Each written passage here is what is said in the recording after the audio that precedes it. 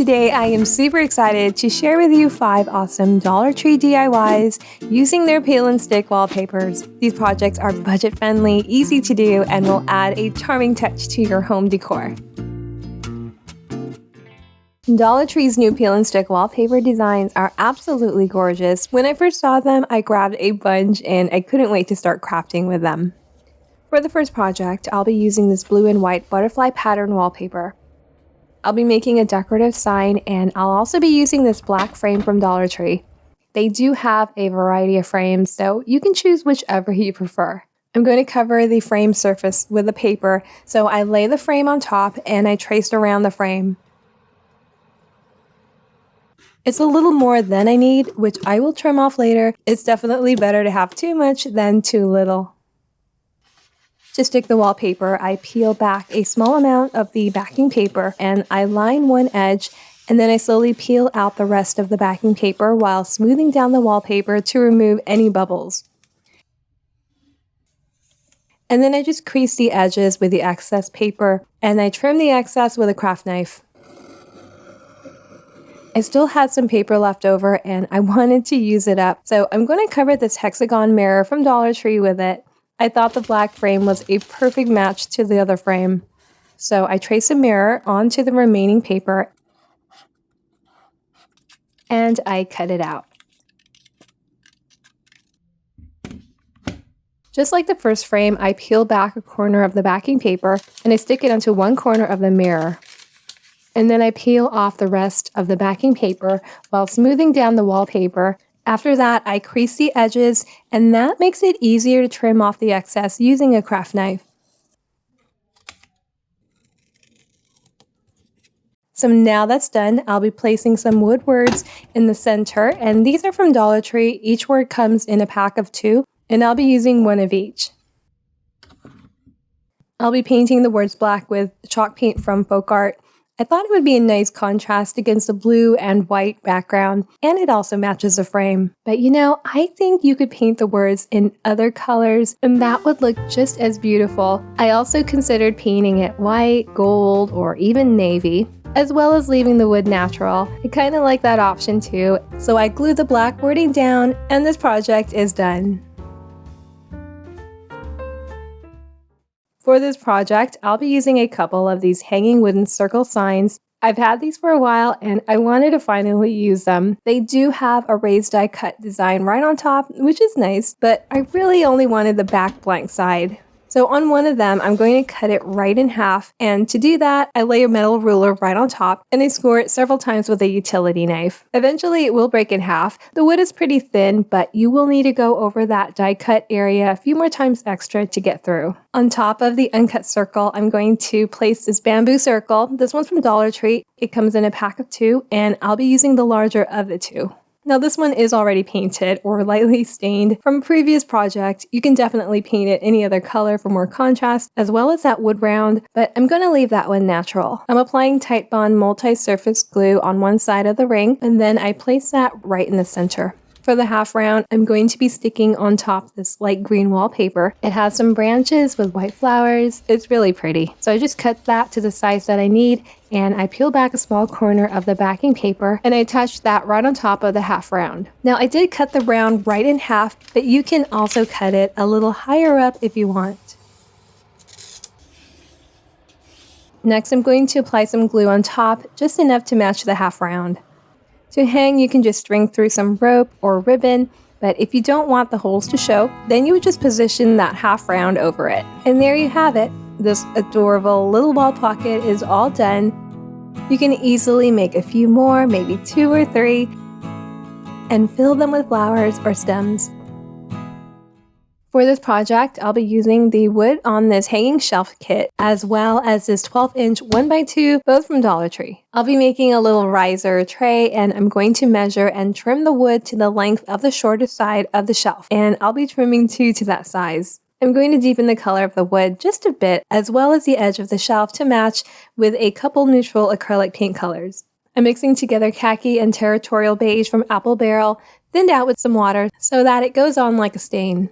If you're enjoying this video so far and want to see more projects like these, please let me know by giving it a thumbs up and make sure to subscribe if you haven't already. Coming up with new ideas and putting out these videos is really a lot of fun for me. It definitely inspires my creativity, and it really does push me to want to learn new skills to share with you. Now, speaking of creativity, let's talk about our sponsor for today's video, Skillshare. Skillshare is the largest online learning community for creatives with thousands of classes led by industry experts across film, design, freelance, productivity, and more. There are so many topics and categories to choose from illustration to creative writing, music, and more.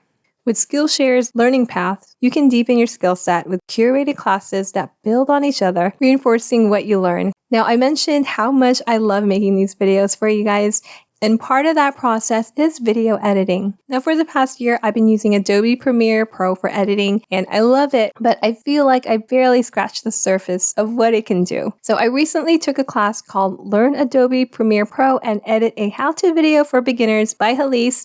I really learned a lot from this class. Halise guides you through every step of the video editing process, and she shares a ton of helpful tips and tricks that will definitely help me edit more efficiently. Now, I'm super excited to pick up more new skills in the next few months. It's definitely on my summer bucket list. For example, I'm really looking forward to learning how to paint with watercolors, and I really can't wait to get started on that. Now, there's no better time than summer to explore your passions, and Skillshare is a great place to start. And right now, the first 500 people to use my link in the description will receive a 1-month free trial of Skillshare. So get started today. Thank you, Skillshare, for sponsoring today's video. On top of the wood shelf, I'm going to be adhering this pretty peel and stick paper from Dollar Tree. I really love the pattern on this one. So I'm going to measure, mark, and cut out about 5.5 inches from the shorter side of the paper. Now, I do want some of the surface on the ends of the wood shelf to show because that's where I'll be gluing down the wood blocks. And so I go ahead and remove some of that backing paper, and then I stick the wallpaper right in the center of the wood shelf. And then I just continue to remove that backing paper while smoothing out the wallpaper to remove or prevent any bubbles. And then I just trim out the excess with a craft knife. Next, I'm going to glue down the trim blocks, and so I apply some glue on one wide side of a block, and I'm using Titebond multi-surface glue. And I place that down towards the edge. I do the same thing with the other wood block, applying glue and placing it down on the opposite end.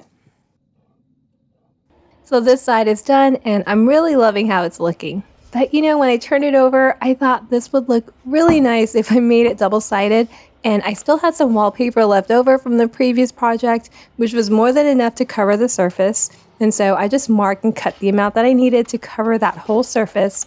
And then I just peel out and fold down a small bit of that backing paper. I place that right on top of the wood, and I remove the rest of the backing paper while smoothing the wallpaper down. And then I just trim out the excess with a craft knife, and this one's all done. I love that this is double-sided. It can be used as a tray or a riser, and the beautiful decorative paper adds such a charming detail. Okay, so out of all the new Dollar Tree peel and stick wallpaper that I got, this one is definitely my absolute favorite. It even has a beautiful metallic shimmer, and I really regret only getting one. Now, I know I wanted to use most of it, if not all of the wallpaper. It was so pretty, and I really didn't want to cut it up. So at the Dollar Tree Plus section, I picked up one of their large fall trays. I was definitely loving the size. Now, it does say it's food safe, which is nice, but the fall design really wasn't my favorite, which was fine because I was planning on covering it up with a peel and stick wallpaper. And that also gives me the option to change it up from time to time. Now, the wallpaper covers the surface of the tray lengthwise, but it's about 1/4 inch short on the width. So I'm going to paint the surface of the tray, really focusing on the edges. The tray is a little off-white, and so I do try my best to color match. I just added a few drops of gray and beige to white, and it was actually almost a perfect match. Now, just to make sure the pattern underneath doesn't show through, I do also paint the entire surface, just a thin layer to mute it down, because I did notice that on some of the other wallpapers, especially in the areas that were white, it was a little transparent. And once it dries, I just peel back a few inches of the backing paper, and then I just line it up on one side, and then I slowly peel back the bottom paper while smoothing down the wallpaper. And then I just crease the excess on the end, and then I trim it with a craft knife. And that's pretty much it for this one. It's super quick and simple. You can definitely switch out the wallpaper if you want to switch it up. But for now, I really love the pattern on this one. For the last one, I wanted to add a little decorative touch to this book by covering it with one of the peel and stick wallpapers. And I really wanted to cover it with that same one from the prior DIY, the pink flowers and the bluebirds. So the next day I headed to my local Dollar Tree to pick up another one, but unfortunately they were all out, so instead I got my next favorite design. First, I lay the wallpaper face down and I place a book right on top. And then I fold the wallpaper over the book, making sure the ends are even so that the center of the wallpaper is over the spine of the book. And this is also a good way to make sure your book will be fully covered. Then I fold the excess inside the edge of the book cover. I turn the book over and I do the same thing on the other side, tucking that excess paper inside the book cover. Before I start adhering the wallpaper, I'm going to cut out the corners like so. And this will make it look neater and easier to work with. I'm also cutting 2 slits on the paper along the spine of the book. So to stick the paper on the book, I'm going to start on one end, peeling out that white backing paper and sticking it over the top cover. And I just keep pulling out that backing paper until one side is completely covered. And then I flip the book over and cover the other side, slowly peeling out the backing paper. It does help to crease it down. Just slowly peel it out while smoothing the paper down. And then I just fold in the top and bottom flaps. But before I fold in the side flaps, I cut the corners at an angle, and this will give it a nice clean finish. And then I fold that side flap down and tuck it inside the cover. I repeat this on the other side, cutting the corners at an angle. For the spine, I trim the excess wallpaper so there's just enough to cover it, and then I fold it down. And that finishes it off nicely. Wow, I definitely prefer using a peel and stick over regular paper because it really looks like it's part of the book's original design.